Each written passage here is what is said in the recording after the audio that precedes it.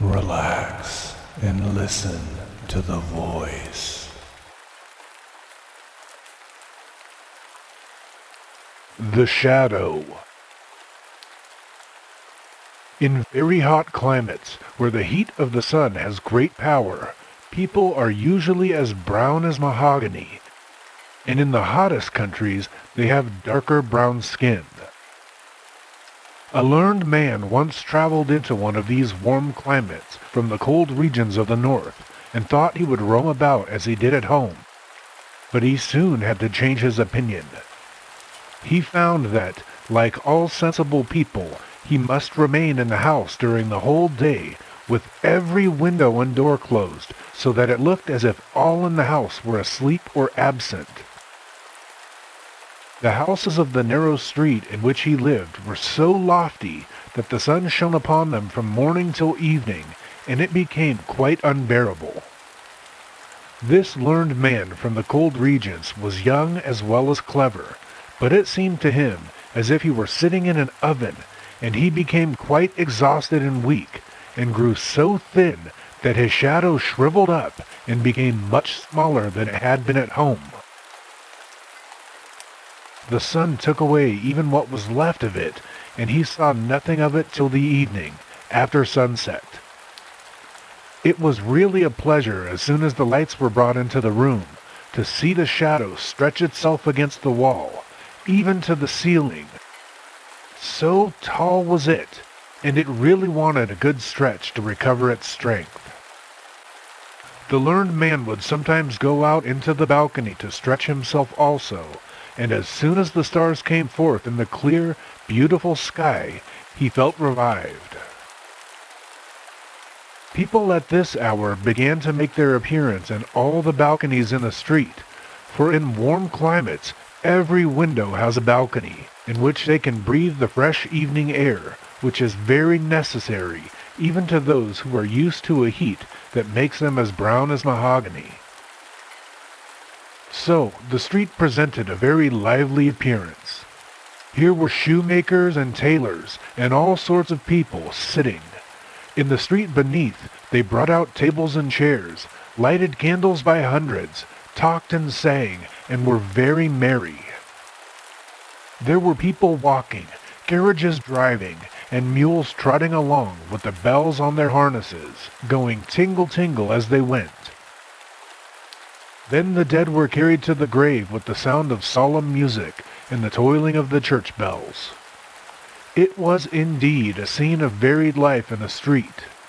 One house only, which was just opposite to the one in which the foreign learned man lived, formed a contrast to all of this, for it was quite still, and yet somebody dwelt there, for flowers stood on the balcony, blooming beautifully in the hot sun, and this could not have been unless they had been watered carefully.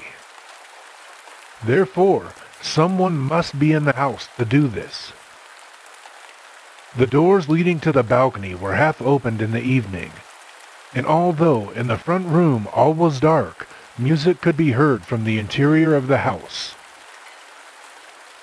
The foreign learned man considered this music very delightful, but perhaps he fancied it, for everything in these warm countries pleased him, excepting the heat of the sun. The foreign landlord said he did not know who had taken the opposite house. Nobody was to be seen there, and as to the music, he thought it seemed very tedious, to him most uncommonly so. "It is just as if someone was practicing a piece that he could not manage. It is always the same piece. He thinks, I suppose, that he will be able to manage it at last, but I do not think so, however long he may play it." Once the foreigner woke up in the night. He slept with the door open which led to the balcony. The wind had raised the curtain before it, and there appeared a wonderful brightness over all in the balcony of the opposite house. The flowers seemed like flames of the most gorgeous colors, and among the flowers stood a beautiful slender maiden. It was to him as if a light streamed from her and dazzled his eyes, but then he had only just opened them as he awoke from his sleep. With one spring he was out of bed and crept softly behind the curtain, but she was gone. The brightness had disappeared. The flowers no longer appeared like flames, although they were still as beautiful as ever. The door stood ajar, and from an inner room sounded music so sweet and so lovely that it produced the most enchanting thoughts and acted on the senses with magic power. Who could live there? Where was the real entrance? For both in the street and in the lane at the side, the whole ground floor was a continuation of shops, and people could not always be passing through them. One evening, the foreigner sat in the balcony. A light was burning in his own room, just behind him. It was quite natural, therefore, that his shadow should fall on the wall of the opposite house, so that, as he sat amongst the flowers on his balcony, when he moved, his shadow moved also.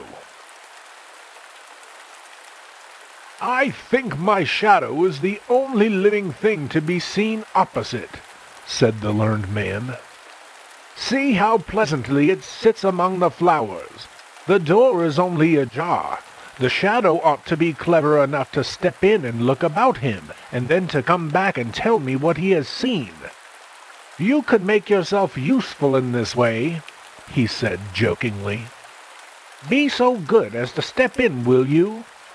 And then he nodded to the shadow, and the shadow nodded in return. "Now go, but don't stay away altogether." Then the foreigner stood up, and the shadow on the opposite balcony stood up also. The foreigner turned round, and the shadow turned, and if anyone had observed, they might have seen it go straight into the half-open door of the opposite balcony, as the learned man re-entered his own room and let the curtain fall. The next morning he went out to take his coffee and read the newspapers. "How is this?" he exclaimed as he stood in the sunshine.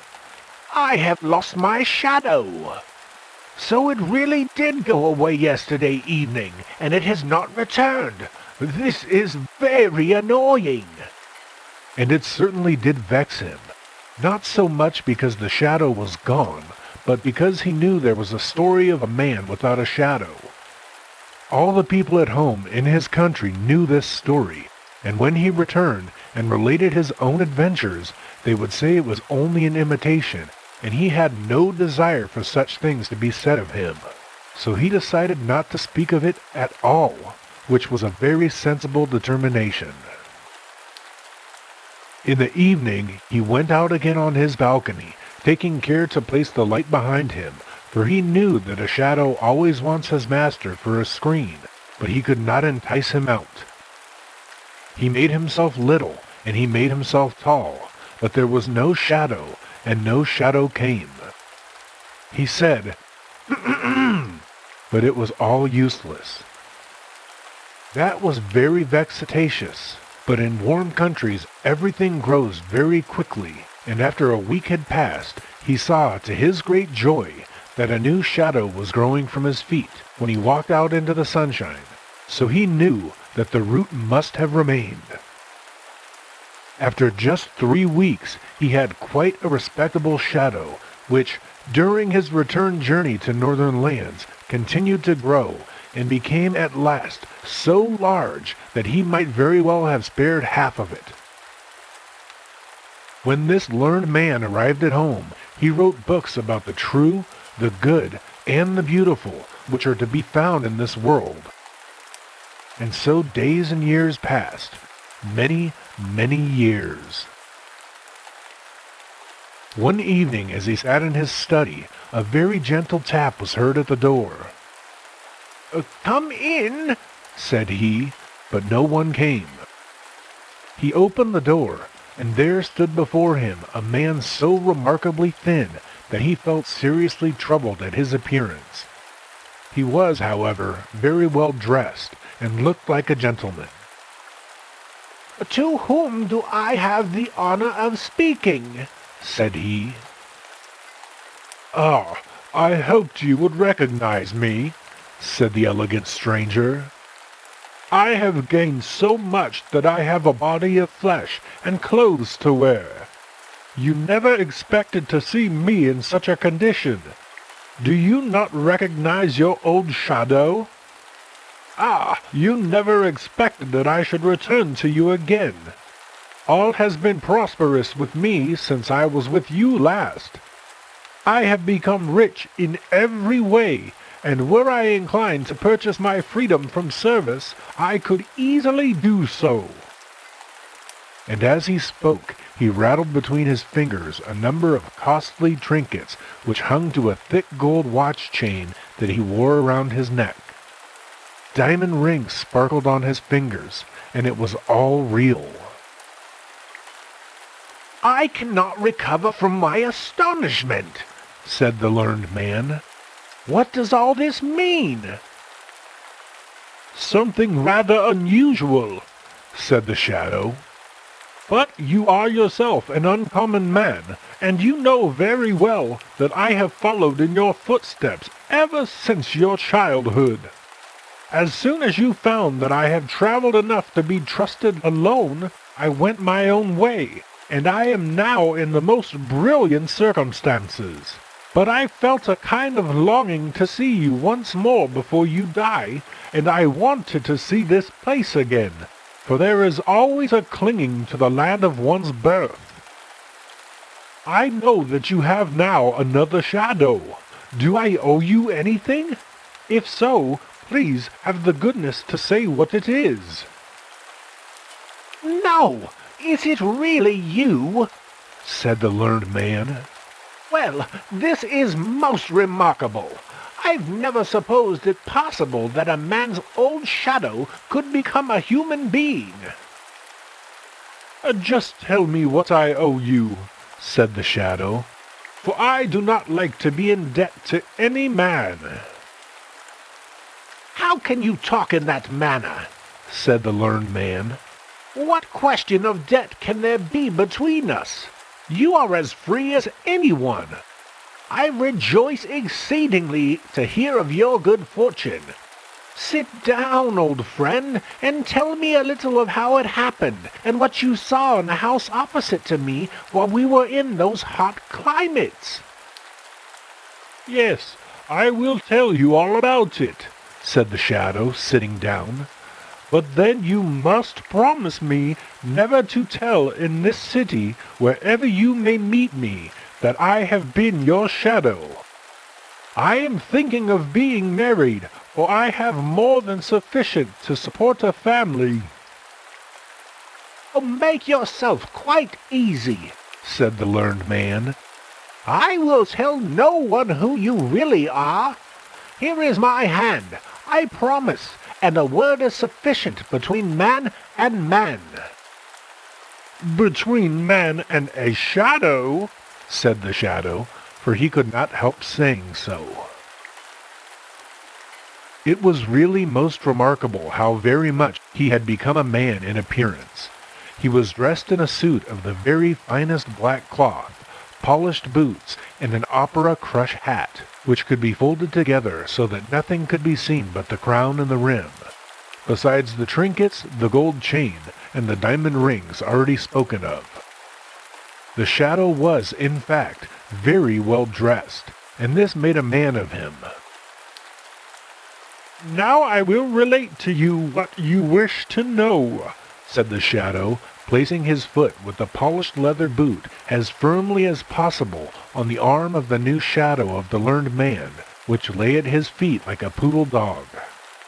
This was done, it might be from pride, or perhaps that the new shadow might cling to him, but the prostrate shadow remained quite quiet and at rest, in order that it might listen, for it wanted to know how a shadow could be sent away by its master and become a man itself. "Do you know," said the shadow, "that in the house opposite to you lived the most glorious creature in the world? It was poetry. I remained there 3 weeks, and it was more like 3,000 years, for I read all that has been written in poetry or prose, and I may say, in truth, that I saw and learnt everything." "Poetry!" exclaimed the learned man. "Yes, she lives as a hermit in great cities. Poetry! Well, I saw her once for a very short moment, while sleep weighed down my eyelids. She flashed upon me from a balcony like the radiant aurora borealis, surrounded with flowers like flames of fire. Tell me, you were on the balcony that evening, you went through the door, and what did you see?" "I found myself in the anteroom," said the shadow. "You still sat opposite to me, looking into the room. There was no light, or at least it seemed in partial darkness, for the door of a whole suite of rooms stood open, and they were brightly lighted. The blaze of light would have killed me had I approached too near the maiden myself, but I was cautious and took time, which is what everyone ought to do." "And what didst thou see?" asked the learned man. "I saw everything, as you shall hear, but it really is not pride on my part. As a free man, and possessing the knowledge that I do, besides my position, not to speak of my wealth, I wish you would say you to me instead of thou." "I beg your pardon," said the learned man. "It is an old habit of which it is difficult to break. You are quite right. I will try to think of it. But now, tell me everything that you saw." "Everything," said the shadow, "for I saw and know everything." "What was the appearance of the inner rooms?" asked the scholar. "Was it there like a cool grove, or like a holy temple? Were there chambers like a starry sky seen from the top of a high mountain?" "It was all that you describe," said the shadow, "but I did not go quite in. I remained in the twilight of the anteroom, but I was in a very good position. I could see and hear all that was going on in the court of poetry." "But what did you see? Did the gods of ancient times pass through the rooms? Did old heroes fight their battles over again? Were there lovely children at play who related their dreams?" "I tell you, I have been there, and therefore you may be sure that I saw everything that was to be seen. If you had gone there, you would not have remained a human being, whereas I became one. And at the same moment I became aware of my inner being, my inborn affinity to the nature of poetry. It is true, I did not think much about it while I was with you, but you will remember that I was always much larger at sunrise and sunset, and in the moonlight even more visible than yourself, but I did not then understand my inner existence. In the anteroom it was revealed to me. I became a man. I came out in full maturity, but you had left the warm countries. As a man, I felt ashamed to go about with boots or clothes, and that exterior finish by which man is known. So I went my own way, I can tell you, for you will not put it in a book. I hid myself under the cloak of a cake woman, but she little thought who was concealed. It was not till evening that I ventured out. I ran about the streets in the moonlight. I drew myself up to my full height upon the walls, which tickled my back very pleasantly. I ran here and there, looked through the highest windows into the rooms and over the roofs. I looked in and saw what nobody else could see, or indeed ought to see. In fact, it is a bad world, and I would not care to be a man, but that men are of some importance. I saw the most miserable things going on between husbands and wives, parents and children, sweet, incomparable children. I have seen what no human being has the power of knowing, although they would all be very glad to know, which is the evil conduct of their neighbors. Had I written a newspaper, how eagerly it would have been read! Instead of which, I wrote directly to the persons themselves, and great alarm rose all around in the town that I visited. They had so much fear of me, and yet how dearly they loved me. The professor made me a professor. The tailor gave me new clothes. I am well provided for in that way. The overseer of the mint struck coins for me. The women declared that I was handsome, and so I became the man you now see. And now I must say adieu. Here is my card. I live on the sunny side of the street, and always stay at home in rainy weather." And with that, the shadow departed. "This is all very remarkable," said the learned man. Years passed, days and years went by, and the shadow came again. "How are you going on now?" he asked. "Ah," said the learned man.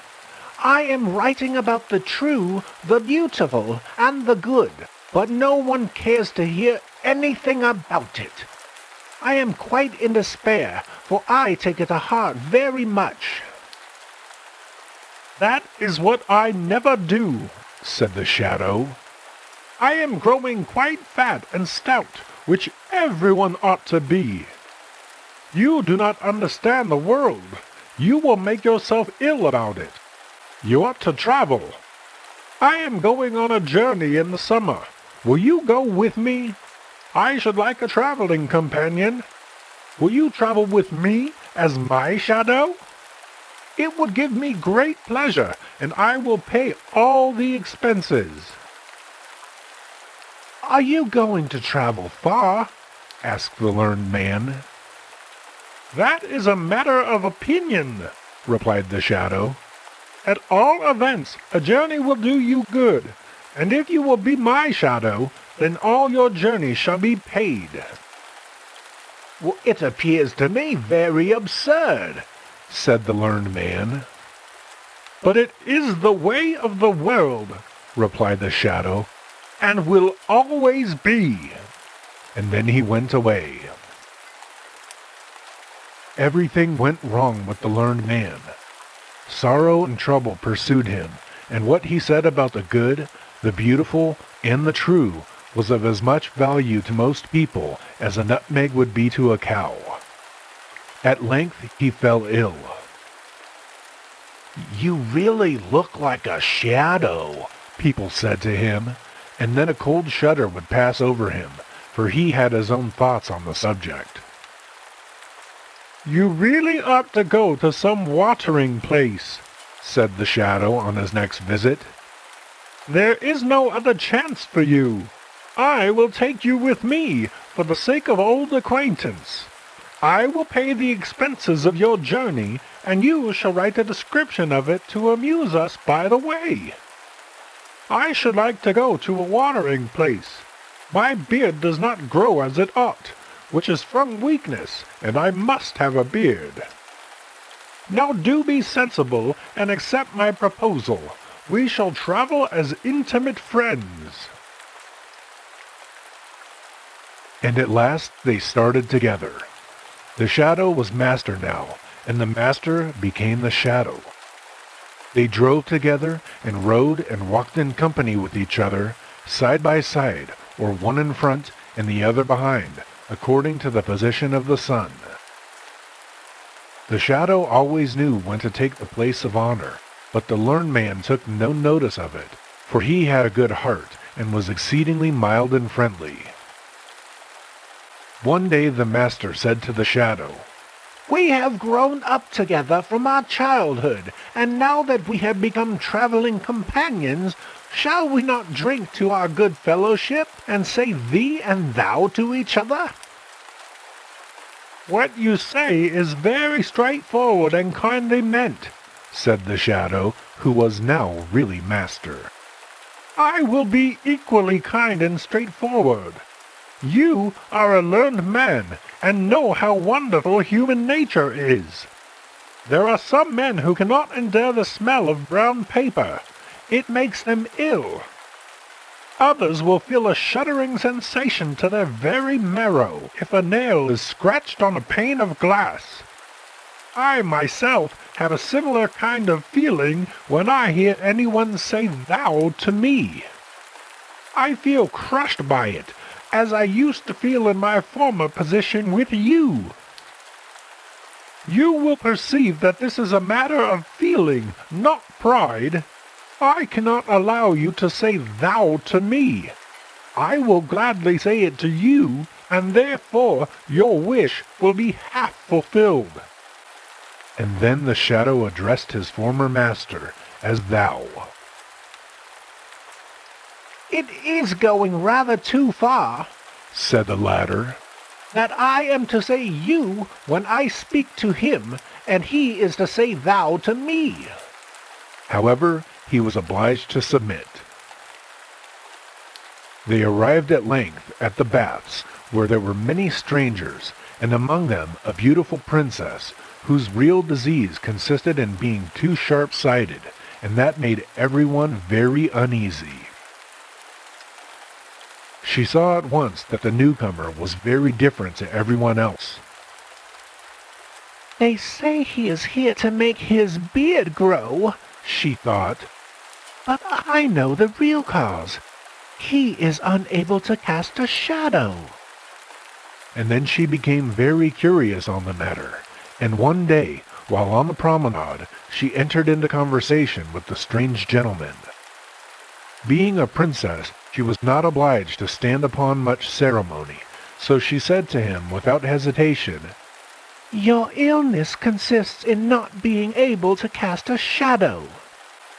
Your Royal Highness must be on the high road to recovery from your illness, said he. I know your complaint arose from being too sharp-sighted, and in this case it has entirely failed. I happen to have the most unusual shadow. Have you not seen a person who is always at my side? Persons often give their servants finer cloth for their liveries than for their own clothes, and so I have dressed out my shadow like a man. Nay, you may observe that I have even given him a shadow of his own. It is rather expensive, but I like to have things about me that are peculiar.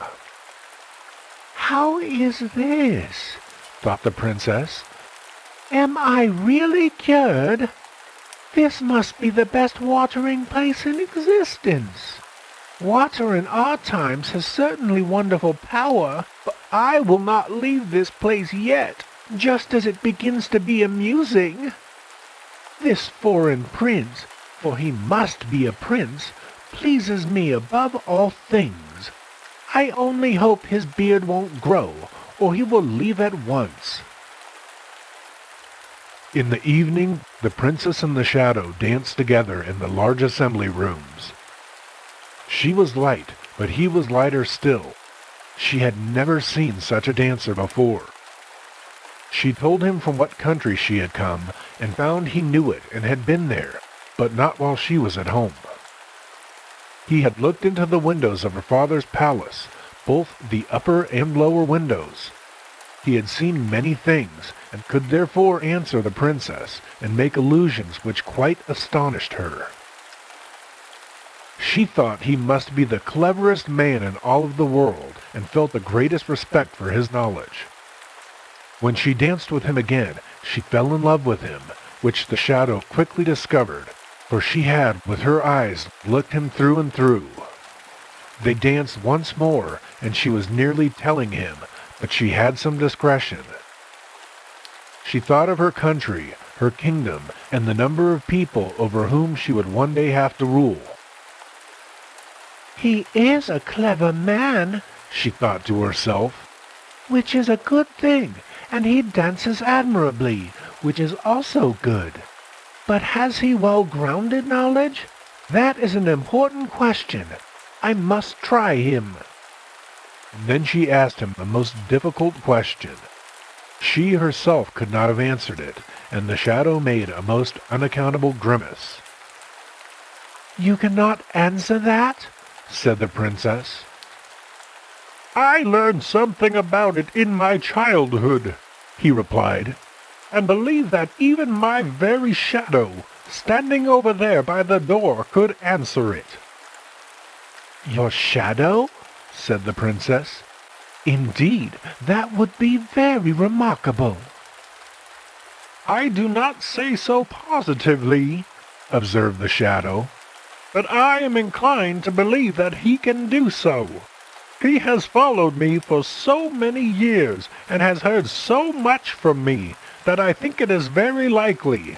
But your Royal Highness must allow me to observe that he is very proud of being considered a man, and to put him in good humor, so that he may answer correctly, he must be treated as a man. I shall be very pleased to do so, said the princess. So she walked up to the learned man, who stood in the doorway, and spoke to him of the sun and the moon, of the green forests, and of people near home and far off. And the learned man conversed with her pleasantly and sensibly. What a wonderful man he must be, to have such a clever shadow, thought she. If I were to choose him, it would be a real blessing to my country and my subjects, and I will do it. So the princess and the shadow were soon engaged to each other, but no one was to be told a word about it till she returned to her kingdom. No one shall know, said the shadow, not even my shadow. And he had very particular reasons for saying so. After a time, the princess returned to the land over which she reigned, and the shadow accompanied her. Listen, my friend, said the shadow to the learned man. Now that I am as fortunate and as powerful as any man can be, I will do something unusually good for you. You shall live in my palace, drive with me in the royal carriage, and have $100,000 a year. But you must allow everyone to call you a shadow, and never venture to say that you have been a man. And once a year, when I sit in my balcony in the sunshine, you must lie at my feet as becomes a shadow to do so, for I must tell you I am going to marry the princess, and our wedding will take place this evening. Now, really, this is too ridiculous, said the learned man. I cannot and will not submit to such folly. It would be cheating the whole country, and the princess also. I will disclose everything, and say that I am the man, and that you are only a shadow dressed up in men's clothes. No one would believe you, said the shadow. Be reasonable now, or I will call the guards. I will go straight to the princess, said the learned man. But I shall be there first, replied the shadow, and you will be sent to prison. And so it turned out, for the guards readily obeyed him, as they knew he was going to marry the king's daughter. You tremble, said the princess when the shadow appeared before her. Has anything happened? You must not be ill today, for this evening our wedding will take place. I have gone through the most terrible affair that could possibly happen, said the shadow. Only imagine, my shadow has gone mad. I suppose such a poor, shallow brain could not bear much. He fancies that he has become a real man, and that I am his shadow. How very terrible!" cried the princess. "Is he locked up?" "Oh, yes, certainly, for I fear he will never recover." "Poor Shadow," said the princess. "It is very unfortunate for him. It would really be a good deed to free him from his frail existence, and indeed, when I think how often people take the part of the lower class against the higher in these days, it would be policy to put him out of the way quietly." "It is certainly rather hard upon him, for he was a faithful servant," said the shadow, and pretended to sigh. "Yours is a noble character," said the princess, and bowed herself before him. In the evening, the whole town was illuminated, and cannons fired boom, and the soldiers presented arms. It was indeed a grand wedding. The princess and the shadow stepped out onto the balcony to show themselves and to receive one cheer more. But the learned man had heard nothing of these festivities, for he had already been executed.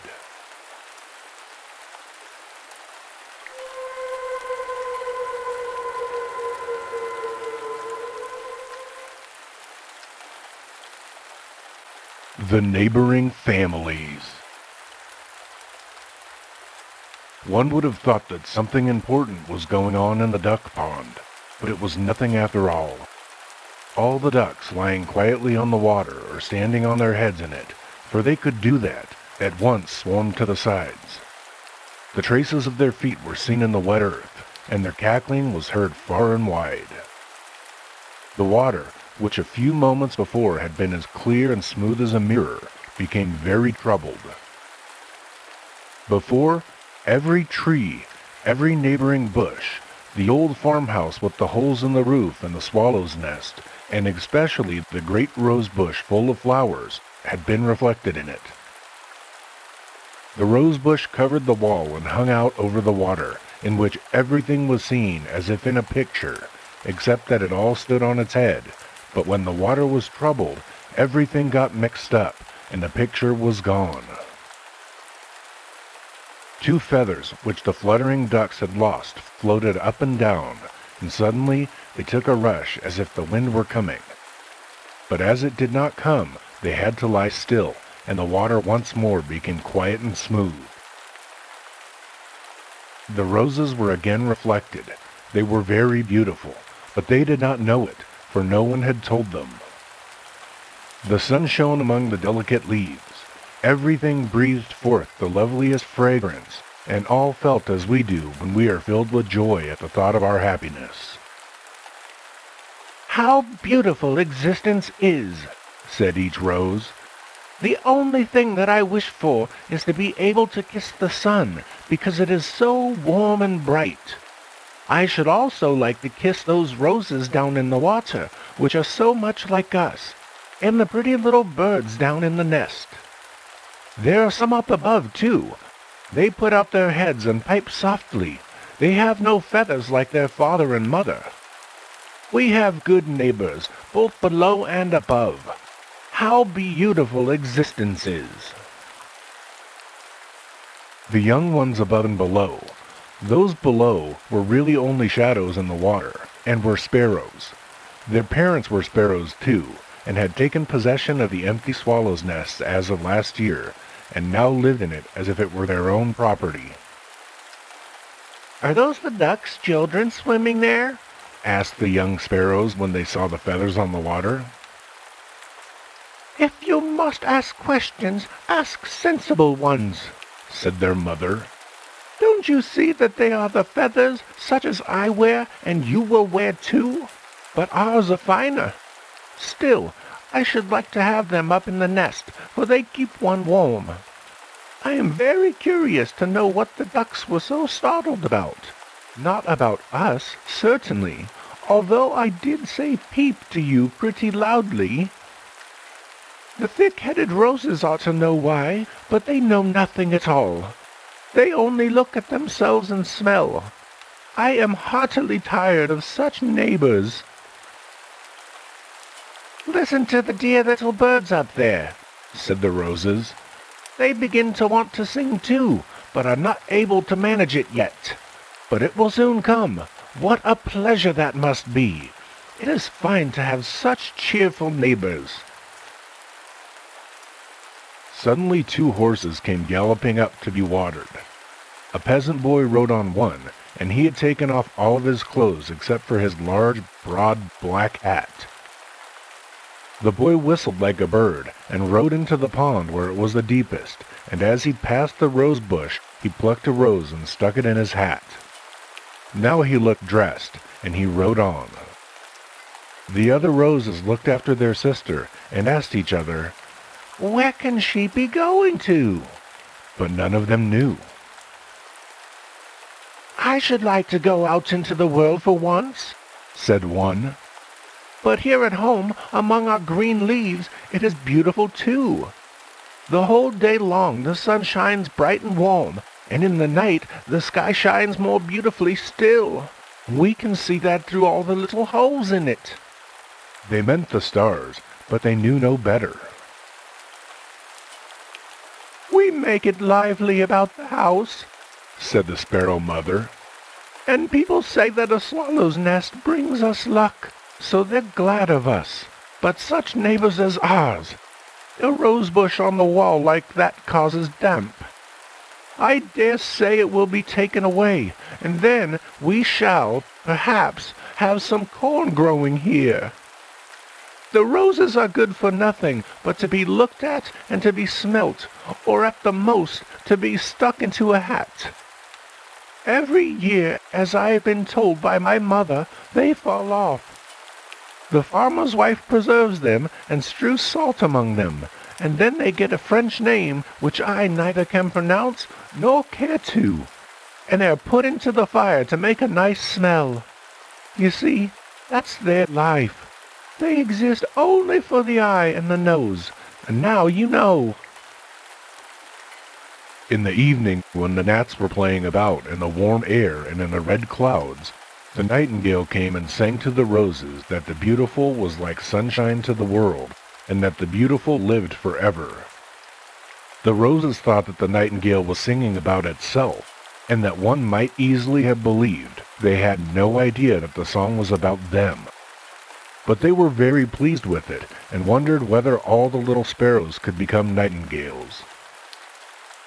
"I understand the song of that bird very well," said the young sparrows. "There was only one word that was not clear to me. What does the beautiful mean?"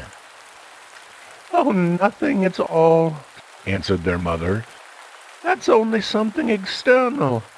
Up at the hall, where the pigeons have their own house, and corn and peas are strewn before them every day, I have dined with them myself, and that you shall do in time too. For tell me what company you keep, and I'll tell you who you are.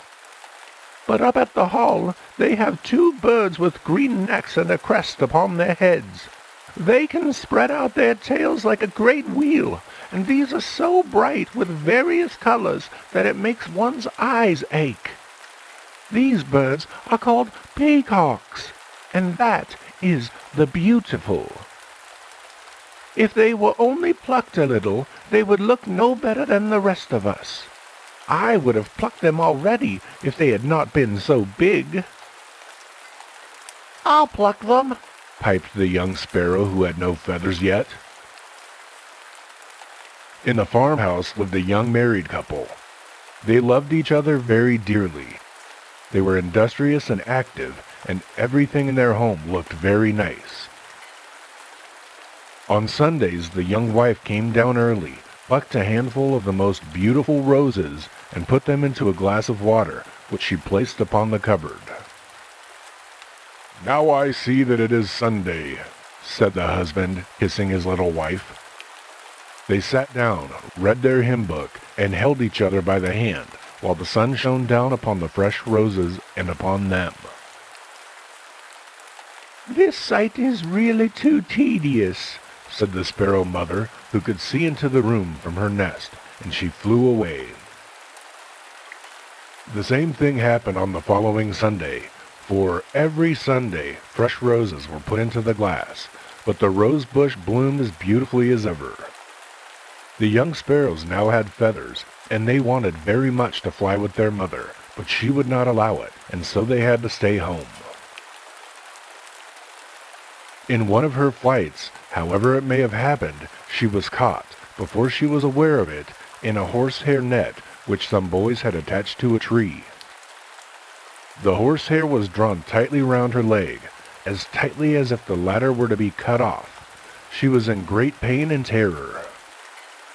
The boys came running up and seized her, and in no gentle way either. "It's only a sparrow," they said. They did not, however, let her go, but took her home with them, and every time she cried, they hit her on the beak. In the farmhouse was an old man who understood making soap into cakes and balls, both for shaving and washing. He was a merry old man, always wandering about. On seeing the sparrow which the boys had brought, and which they said they did not want, he asked, "Shall we make it look very pretty?" At these words, an icy shudder ran through the sparrow mother. Out of his box, in which were the most beautiful colors, the old man took a quantity of shining leaf gold, while the boys had to go and fetch some white of egg, with which the sparrow was to be smeared all over. The gold was stuck onto this, and the sparrow mother was now gilded all over. But she, trembling in every limb, did not think of the adornment.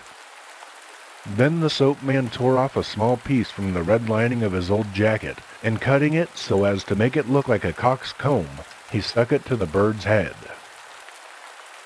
"Now you will see the gold jacket fly," said the old man, letting the sparrow go, which flew away in deadly fear with the sun shining upon her. Oh, how she glittered! All the sparrows, and even a crow, and an old boy he was, too, were startled at the sight, but still they flew after her to learn what kind of strange bird she was. Driven by fear and horror, she flew homeward. She was almost sinking, fainting to the earth, while the flock of pursuing birds increased, some even attempting to peck at her. "Look at her! Look at her!" they all cried. "Look at her! Look at her!" cried the little ones as she approached the nest.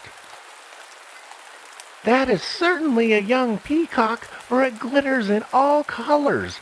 It makes one's eyes ache, as Mother told us. Peep! That's the beautiful!"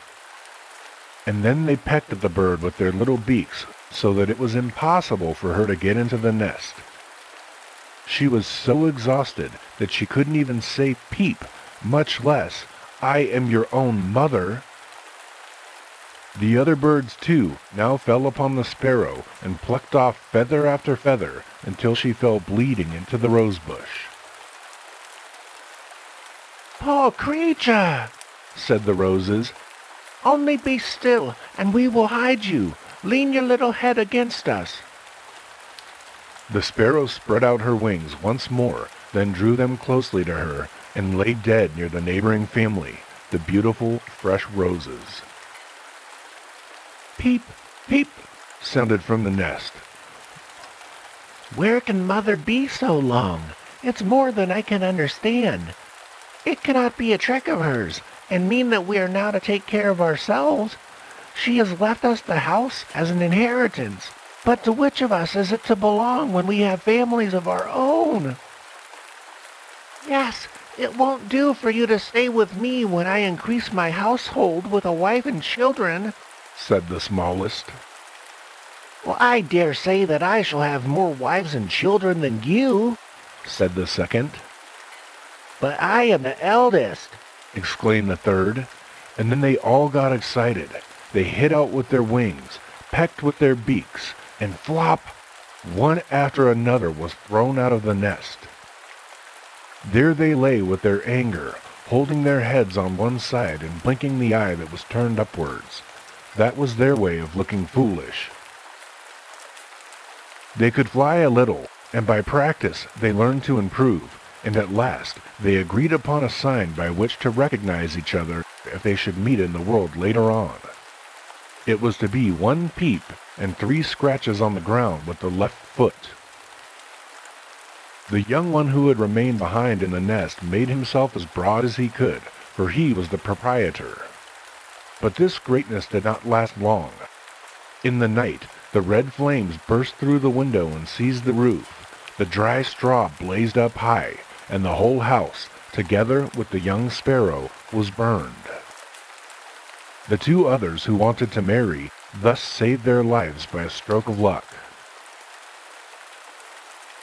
When the sun rose again, and everything looked as refreshed as if it had a quiet sleep, there only remained of the farmhouse a few black, charred beams leaning against the chimney, which was now its own master. Thick smoke still rose from the ruins, but the rosebush stood yonder, fresh, blooming, and untouched, every flower and every twig being reflected in the clear water. "How beautifully the roses bloom before the ruined house!" exclaimed a passer-by. "A pleasanter picture cannot be imagined. I must have that." And the man took out his portfolio, a little book with white leaves. He was a painter, and with his pencil he drew the smoking house, the charred beams and the overhanging chimney, which bent more and more. In the foreground he put a large blooming rosebush, which presented a charming view. For its sake alone, the whole picture had been drawn. Later in the day, the 2 sparrows who had been born there came by. "Where is the house?" they asked. "Where is the nest? Peep, all is burned, and our strong brother too. That's what he has now for keeping the nest. The roses got off very well. There they still stand with their red cheeks. They certainly do not mourn at their neighbors' misfortunes, and I don't want to talk to them, and it looks miserable here. That's my opinion." And away they went. On a beautiful sunny autumn day, one could have almost believed it was still the middle of summer. There hopped about, in the dry, clean-swept courtyard before the principal entrance of the hall, a number of black, white, and gaily colored pigeons, all shining in the sunlight. The pigeons' mothers said to their young ones, stand in groups, for that looks much better." "What kind of creatures are those little gray ones that run about behind us?" asked an old pigeon, with red and green in her eyes. Little gray ones, she cried. "They are sparrows, and good creatures. We have always had the reputation of being pious, so we will allow them to pick up the corn with us. They don't interrupt our talk, and they scrape so prettily when they bow." Indeed, they were continually making 3 foot scrapings with the left foot, and also said, "Peep." By this means they recognized each other, for they were the sparrows from the nest on the burned house. "Here is excellent fare," said the sparrow. The pigeons strutted round one another, puffed out their chests mightily, and had their own private views and opinions. "Do you see that pouter pigeon?" said one to the other. "Do you see how she swallows the peas? She eats too many, and the best ones, too. Whoo, whoo! How she lifts her chest, the ugly, spiteful creature! Whoo, whoo! And the eyes are all sparkled with malice. Stand in groups, little gray ones. Whoo, whoo, whoo!" So their chatter ran on, and so it will run on for thousands of years. The sparrows ate lustily, they listened attentively, and even stood in the ranks with the others, but it did not suit them at all. They were full, and so they left the pigeons, exchanging opinions about them, slipped in under the garden palings, and when they found the door leading into the house open, one of them, who was more than full, and therefore felt brave, hopped onto the threshold. "Peep," said he. "I may venture that." "Peep," said the other. "So may I, and something more, too." And he hopped into the room. No one was there. The third sparrow, seeing this, flew still further into the room, exclaiming, "All or nothing! It is a curious man's nest, all the same. And what have they put up here? What is it?" Close to the sparrows, the roses were blooming. They were reflected in the water, and the charred beams leaned against the overhanging chimney. "Do tell me what this is. How comes this in a room at the hall?" And all three sparrows wanted to fly over the roses and the chimney, but flew against a flat wall.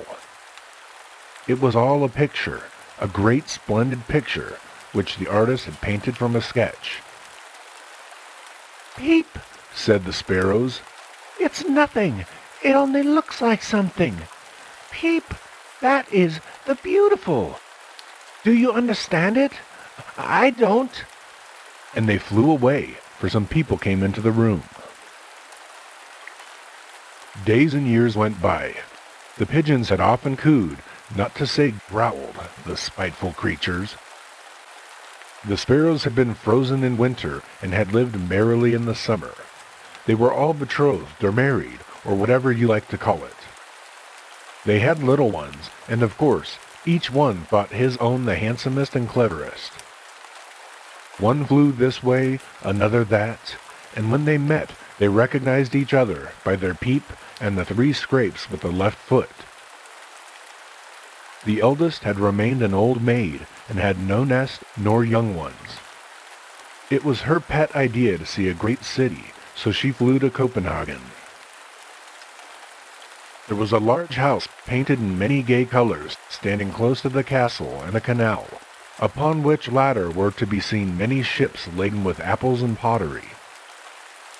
The windows of the house were broader at the bottom than at the top, and when the sparrows looked through them, every room appeared to them like a tulip with the brightest colors and shades. But in the middle of the tulip stood white men, made of marble. A few were of plaster. Still, looked at with sparrows' eyes, that comes to the same thing. Up on the roof stood a mechanical chariot drawn by metal horses, and the goddess of victory, also of metal, was driving. It was Thorvaldsen's museum. "How it shines! How it shines!" said the maiden sparrow. "I suppose that is the beautiful. Peep, but here it is larger than a peacock." She still remembered what in her childhood's days her mother had looked upon as the greatest among the beautiful. She flew down into the courtyard. There everything was extremely fine. Palms and branches were painted on the walls, and in the middle of the court stood a great blooming rose tree, spreading out its fresh boughs, covered with roses over a grave. Thither flew the maiden sparrow, for she saw several of her own kind there, a peep and 3 foot scrapings. In this way she had often greeted throughout the year, and no one here had responded, for those who are once parted do not meet every day. And so this greeting had become a habit with her. But today, 2 old sparrows and a young one answered with a peep, and the thrice-repeated scrape with the left foot. "Ah, good day, good day." They were the 2 old ones from the nest, and a little one of the family. "Do we meet here? It is a grand place, but there is not much to eat. This is the beautiful. Peep." Many people came out of the side rooms where the beautiful marble statues stood, and approached the grave where lay the great master who had created these works of art. All stood with enraptured faces round Thorvaldsen's grave, and a few picked up the fallen rose leaves and preserved them. They had come from afar, one from mighty England, others from Germany and France. The fairest of the ladies plucked one of the roses and hid it in her bosom. Then the sparrows thought that the roses reigned here, and that the house had been built for their sake.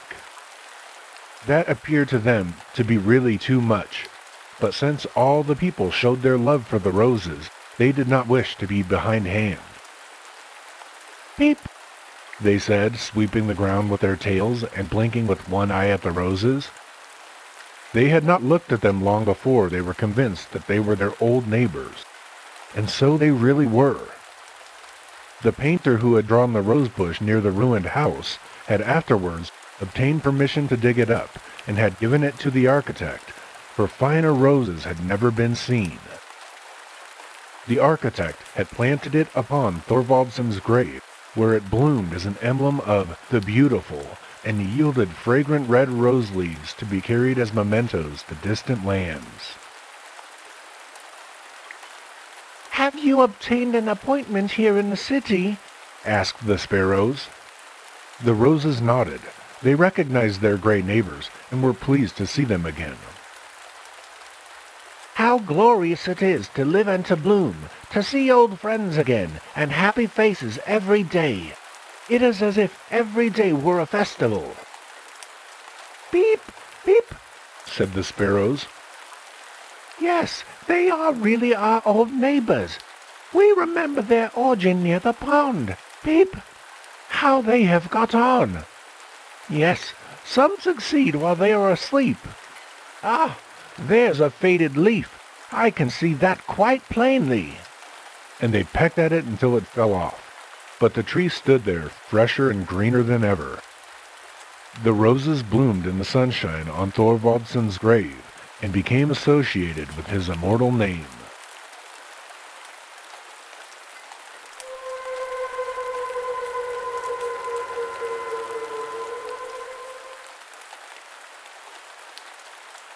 The Old House.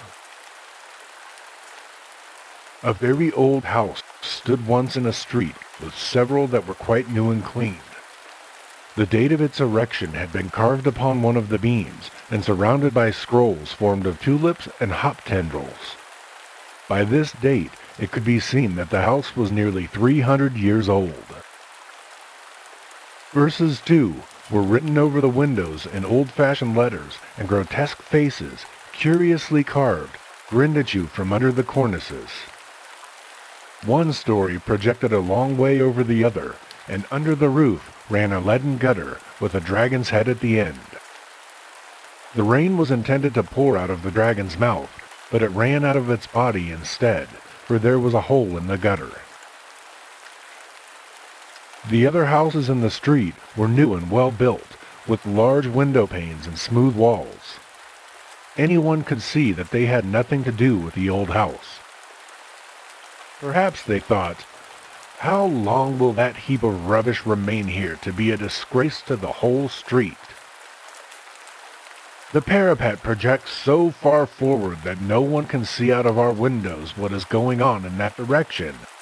The stairs are as broad as the staircase of a castle, and as steep as if they had led to a church tower.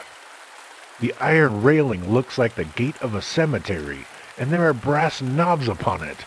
It is really too ridiculous. Opposite to the old house were more nice new houses, which had just the same opinion as their neighbors. At the window of one of them sat a little boy with fresh rosy cheeks and clear sparkling eyes, who was very fond of the old house, in sunshine or in moonlight. He would sit and look at the wall from which the plaster had in some places fallen off, and fancy all sorts of scenes which had been in former times. How the street must have looked when the houses had all gable roofs, open staircases, and gutters with dragons at the spout. He could even see soldiers walking about with halberds. Certainly it was a very good house to look at for amusement.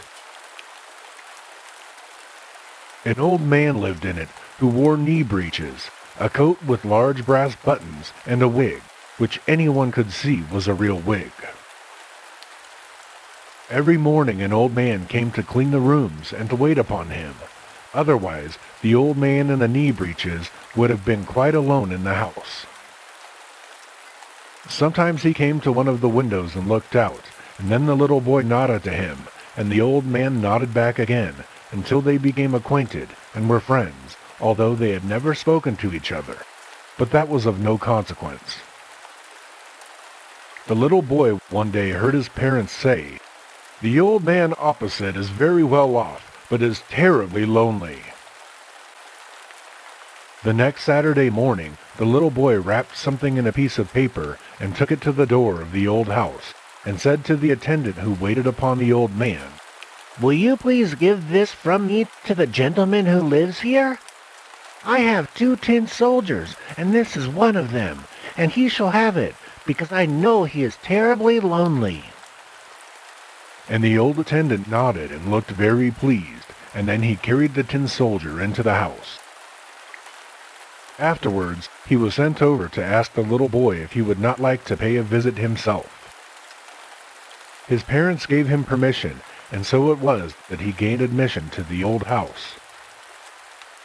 The brassy knobs on the railing shone more brightly than ever, as if they had been polished on account of his visit. And on the door were carved trumpeters standing in tulips, and it seemed as if they were blowing with all their might, their cheeks were so puffed out. "Dun, dun, dun, dun! The little boy is coming!" Then the door opened. All round the hall hung old portraits of knights in armor, and ladies in silk gowns, and the armor rattled and the silk dresses rustled. Then came a staircase which went up a long way, and then came down a little way and led to a balcony, which was in a very ruinous state. There were large holes and long cracks, out of which grew grass and leaves. Indeed, the whole balcony, the courtyard, and the walls were so overgrown with green that they looked like a garden.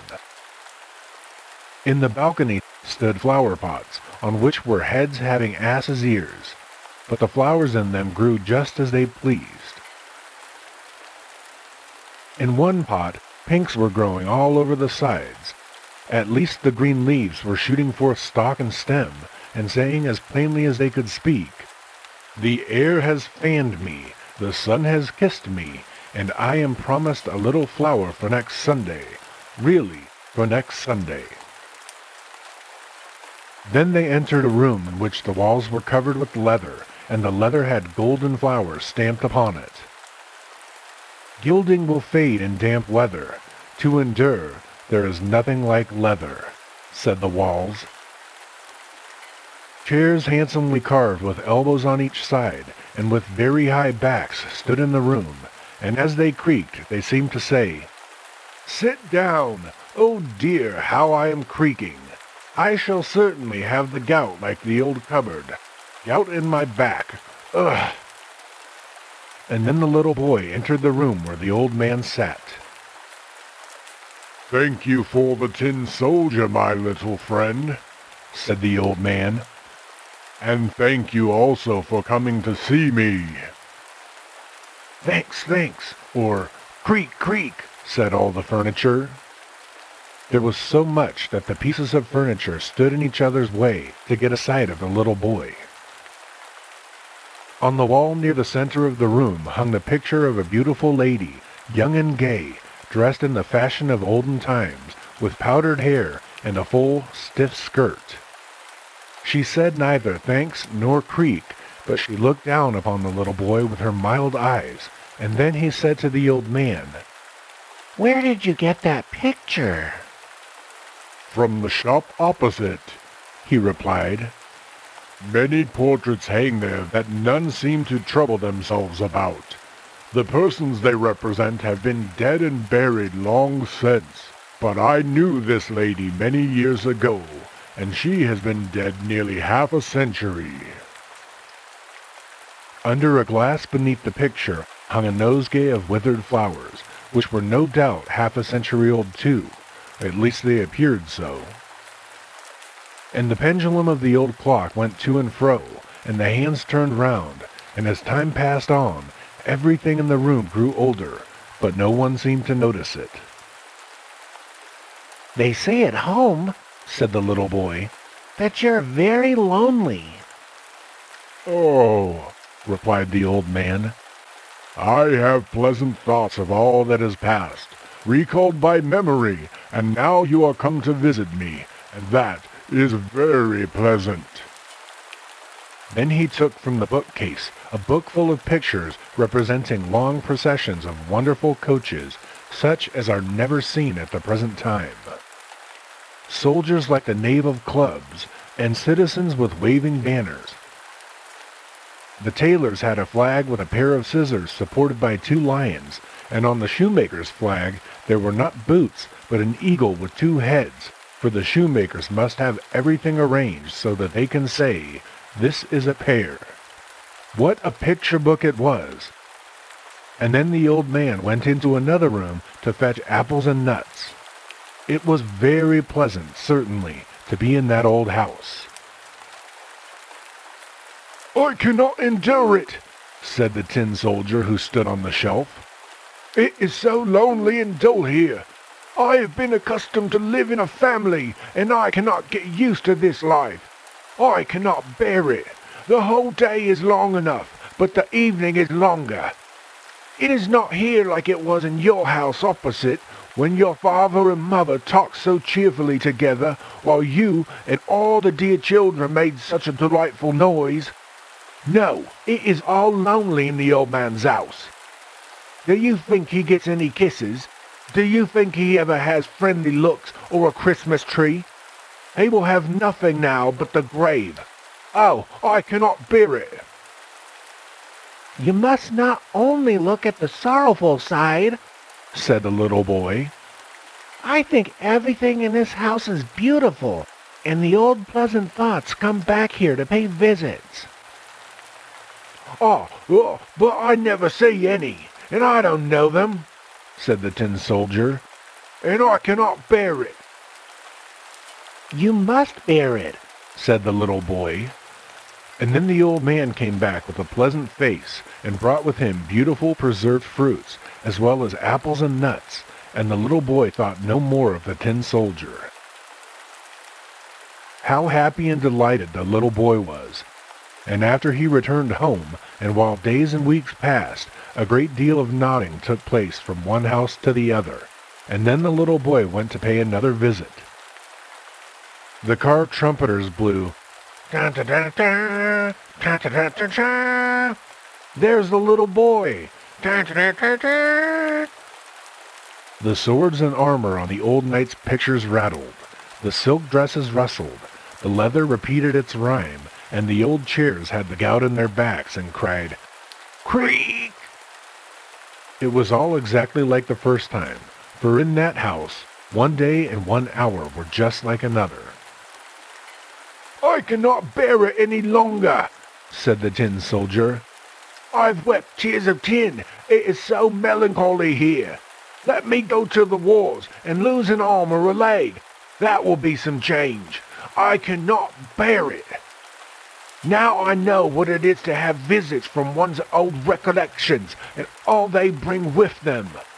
I have had visits from mine, and you may believe me, it is not altogether pleasant. I was nearly jumping from the shelf.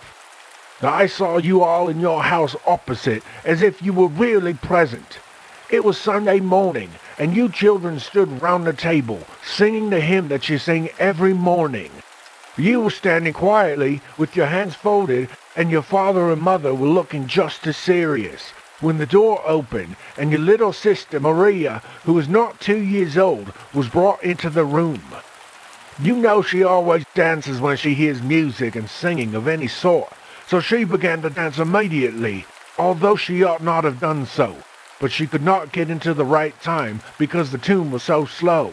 So she stood first on one leg and then on the other, and bent her head very low, but it would not suit the music. You all stood looking very grave, although it was very difficult to do so, but I laughed so to myself that I fell down from the table and got a bruise, which is still there. And I know it was not right to laugh. So all this and everything else that I have seen keeps running in my head, and these must be the old recollections that bring so many thoughts with them. Tell me whether you still sing on Sundays, and tell me about your little sister Maria, and how my old comrade is, the other tin soldier. Ah, really, he must be very happy. I cannot endure this life. You are given away, said the little boy. You must stay. Don't you see that? Then the old man came in with a box containing many curious things to show him. Rogue pots, scent boxes, and old cards, so large and richly gilded that none are ever seen like them in these days. And there were smaller boxes to look at, and a piano was opened, and inside the lid were painted landscapes. But when the old man played, the piano sounded quite out of tune. Then he looked at a picture he had bought at the broker's, and his eyes sparkled brightly as he nodded at it, and said, "Ah, she could sing that tune."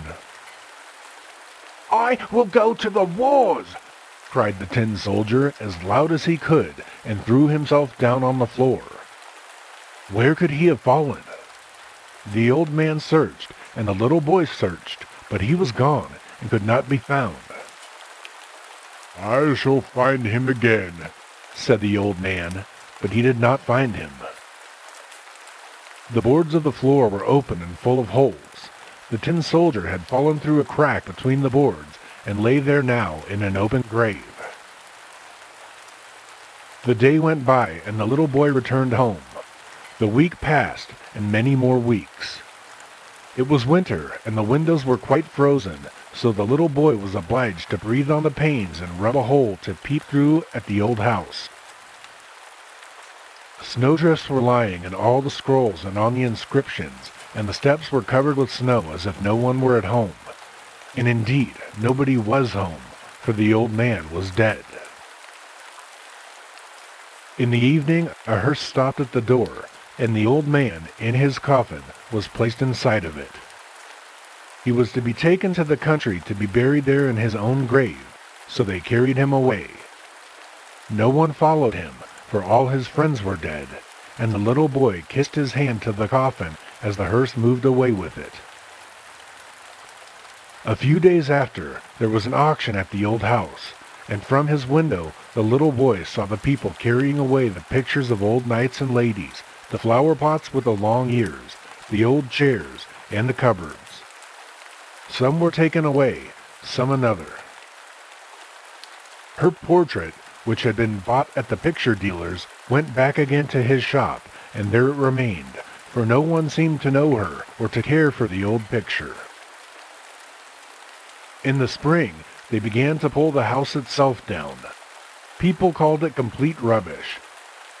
From the street could be seen the room in which the walls were covered with leather, ragged and torn, and the green in the balcony hung straggling over the beams. They pulled it down quickly, for it looked ready to fall, and at last it was cleared away altogether. What a good riddance, said the neighbors' houses. Very shortly, a fine new house was built farther back from the road. It had lofty windows and smooth walls, but in front, on the spot where the old house really stood, a little garden was planted, and wild vines grew up over the neighboring walls. In front of the garden were large iron railings and a great gate, which looked very stately. People used to stop and peep through the railings. The sparrows assembled in dozens upon the wild vines, and chattered all together as loud as they could, but not about the old house. None of them could remember it, for many years had passed by. So many indeed, that the little boy was now a man, and a really good man too, and his parents were very proud of him. He was just married and had come with his young wife to reside in a new house with a garden in front of it, and now he stood there by her side while she planted a field flower that she thought was very pretty. She was planting it herself with her little hands and pressing down the earth with her fingers. "Oh dear, what was that?" she exclaimed as something pricked her. Out of the soft earth something was sticking up. It was, only think, it was really the tin soldier, the very same which had been lost up in the old man's room, and had been hidden among the old wood and rubbish for a long time, until it sunk into the earth, where it must have been for many years.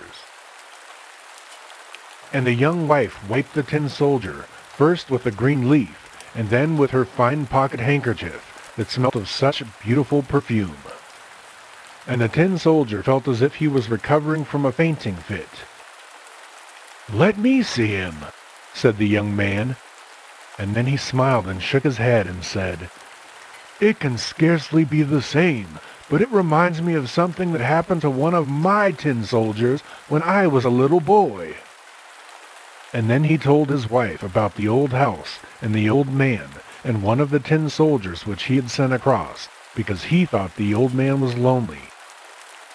And he related the story so clearly that tears came into the eyes of the young wife for the old house and the old man. "It is very likely that this is really the same soldier," said she, "and I will take care of him, and always remember what you have told me. But someday you must show me the old man's grave." "Well, I don't know where it is," he replied. "No one knows. All his friends are dead. No one took care of him, and I was only a little boy." "Oh, how dreadfully lonely he must have been," said she. "Yes, terribly lonely," cried the tin soldier. "Still, it is delightful not to be forgotten." "Delightful indeed," cried a voice near to them. No one but the tin soldier saw that it came from a rag of leather which hung in tatters. It had lost all of its gilding, and looked like wet earth, but it had an opinion, and it spoke it thus: "Gilding will fade in damp weather. To endure, there is nothing like leather." But the tin soldier did not believe any such thing.